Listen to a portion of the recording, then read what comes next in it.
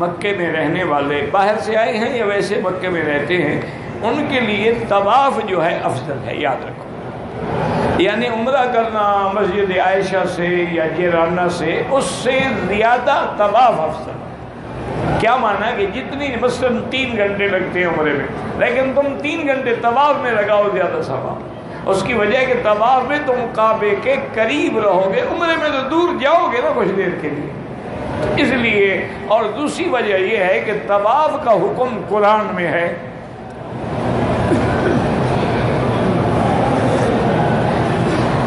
اس میں کوئی اختلاف نہیں ہے۔ وَلْيَطَّوَّفُوا بِالْبَيْتِ الْعَتِيقِ، عمرہ جو ہے اس میں اختلاف ہے۔ امام ابو حنیفہ رحمۃ اللہ علیہ اور امام شافعی رحمۃ اللہ علیہ کے نزدیک تو عمرہ جیرانہ بھی اور مسجد عائشہ سے بھی جائز ہے، کیوں؟ وہ کہتے ہیں وہ فعل رسول ہے، یہ قول رسول ہے۔ جیرانہ سے حضور نے خود عمرہ کیا اور یہاں آپ نے حکم دیا ہے۔ لیکن باقی ائمہ جیسے حنابلہ رحمہ اللہ ہیں، وہ کہتے ہیں کہ نہیں، اگر تو کوئی عذر ہے کہ عورت عمرہ نہیں کر سکی تو کر لے، عذر نہیں ہے تو بلا وجہ نہ کرے۔ تو ایک اختلاف تو ہوا نا جی، لیکن طواف میں تو کوئی اختلاف نہیں ہے۔ مسجد قباء میں 2 رکعت نفل عمرے کے برابر ثواب ملتا ہے، بالکل حدیث صحیح ہے۔ آپ مدینہ منورہ سے باقاعدہ فجر کی نماز پڑھ کے جائیں، وہاں 2 رکعت اشراق پڑھیں اور ایک عمرے کا ثواب مل گیا۔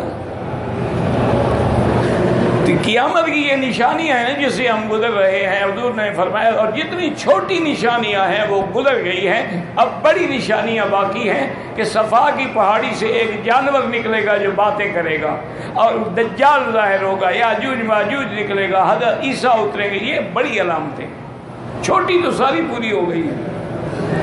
طواف وداع کرنا عمرے والوں کے لیے ضروری نہیں ہے، لیکن کر لو تو اچھی بات، کیونکہ ایک حدیث میں ہے کہ ان یکون آخر العہد بالبیت الطواف، آخری کام تمہارا یہ ہو کہ طواف کر کے جاؤ۔ اللہ عالم آگے زندگی ہے نہیں پہ نصیب ہوگا نہیں ہوگا۔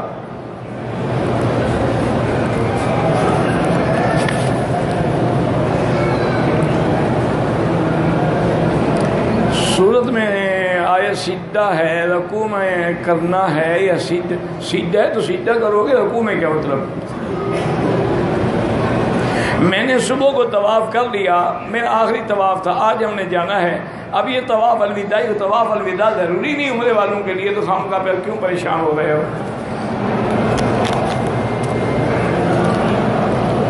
اگر کسی کے پاس اتنی گنجائش نہیں کہ وہ حج کر سکے تو عمرہ کر سکتا ہے؟ ہاں کر سکتا ہے، کیوں نہیں کر سکتا ہے؟ اسی عمرے کی برکت سے اللہ وسعت دیں گے، پھر حج بھی نصیب ہو جائے گا۔ جمعہ کے دن کے سوا رات کو ناخن تراشنا منع ہے؟ کوئی منع نہیں ہے جناب، رات کو بھی جائز ہے۔ یہ رات کو داڑھی منڈوانے کا مسئلہ تو تم نے کبھی نہیں پوچھا کہ وہ بھی منع ہے یا وہ جائز ہے۔ انا للہ و انا الیہ راجعون، لا حول ولا قوت الا باللہ۔ میرا بھائی، میں نے مسائل کے بارے میں تو کوئی کتاب نہیں لکھی ہے، ویسے الحمدللہ کئی کتابیں دروس حرم کے نام سے، منہاج مسلم کے نام سے، ازواج النبی کے نام سے، خلفائے راشدین کے نام سے وہ سب چھپ گئی ہیں۔ اب تفسیر قرآن بھی الحمدللہ چھپ رہی ہے، 3 جلد چھپ گیا ہے اور 4 جلد کی اب ہم تیاری کر رہے ہیں، اللہ نصیب کریں گے۔